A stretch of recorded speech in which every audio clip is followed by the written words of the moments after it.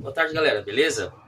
Pessoal, eu queria gravar esse videozinho aqui porque eu sei que tem gente algumas pessoas que tem um pouco de dúvida em relação ao uso do EPR, ou Equipamento de Proteção Respiratória Autônoma.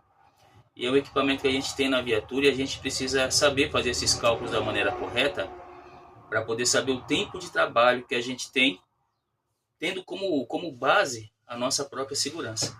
Então eu queria só poder falar um pouquinho a respeito aqui nesse vídeo, como que a gente pode achar os valores que a gente tem que precisa calcular, beleza?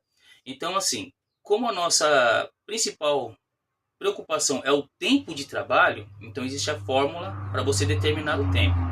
Como que a gente pode fazer? É simples, ela é assim, ó, o tempo vai ser igual à pressão que contém o cilindro vezes o volume que ele mantém dividido pelo consumo.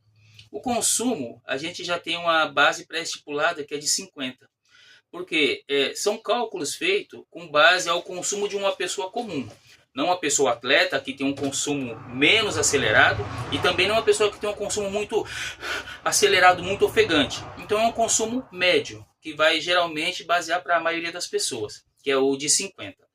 Então o que a gente precisa fazer? Identificar agora os valores no cilindro para que a gente possa saber como fazer esse cálculo, beleza? Então, em primeiro lugar, você precisa descobrir qual que é a pressão que possui esse cilindro.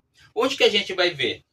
A gente vai ver essa pressão sempre aqui, ó, no manômetro. Se você parar para observar aqui onde está minha mão aqui, ó, bem em cima aqui, esse cilindro, a capacidade dele total são para 300 bar. Beleza? Então a pressão que ele vai ter máxima 300 bar.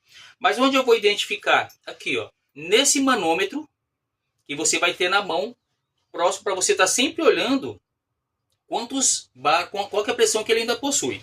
Não é nesse manômetro de baixo, tá? Esse manômetro vai para trás nas costas, porque o cilindro vai ficar nas costas. Então, sempre nesse manômetro. Aqui, por exemplo, ele está marcando que ele tem 250 bar. Eu vou arredondar, tá 240, vamos arredondar 250 para entender melhor essa conta. Beleza? 250 bar. Então, a pressão eu já tenho, 250 bar. Onde eu vou achar o volume dele? Aqui, ó. Você vai ver na descrição da etiqueta dele, vai estar assim, ó. Esse aqui é um cilindro. A produção dele, ele é feito de composite, que é um material mais leve. E tá aqui, ó. Ele é um cilindro de 4 kg, que é o peso dele, 4 kg, mas o volume está na frente aqui, ó. 6,8 litros. Então ele é um cilindro de 4 kg com 6,8 litros de volume. Então qual que é a pressão? Eu tenho que fazer a quantidade de bar vezes o volume dele, que vai dar 250 vezes 6,8, que vai dar um total de 1.700. Esse 1.700 eu divido pelo consumo, que é o 50. Então vai dar 1.700 dividido por 50, vai dar 34 minutos. Então esse 34 minutos é o tempo total que eu tenho de uso desse cilindro. Não quer dizer que é o tempo que eu posso trabalhar com ele no total. Porque eu tenho que levar em consideração o meu deslocamento até a zona quente, ou até a zona onde está o acidente ali, para fazer uma identificação do local, como é que está. Por exemplo, um caminhão com um produto perigoso, para ver se tem mais vítima ao redor, se tem uma vítima presa à ferragem. Eu tenho 34 minutos para fazer essa inspeção.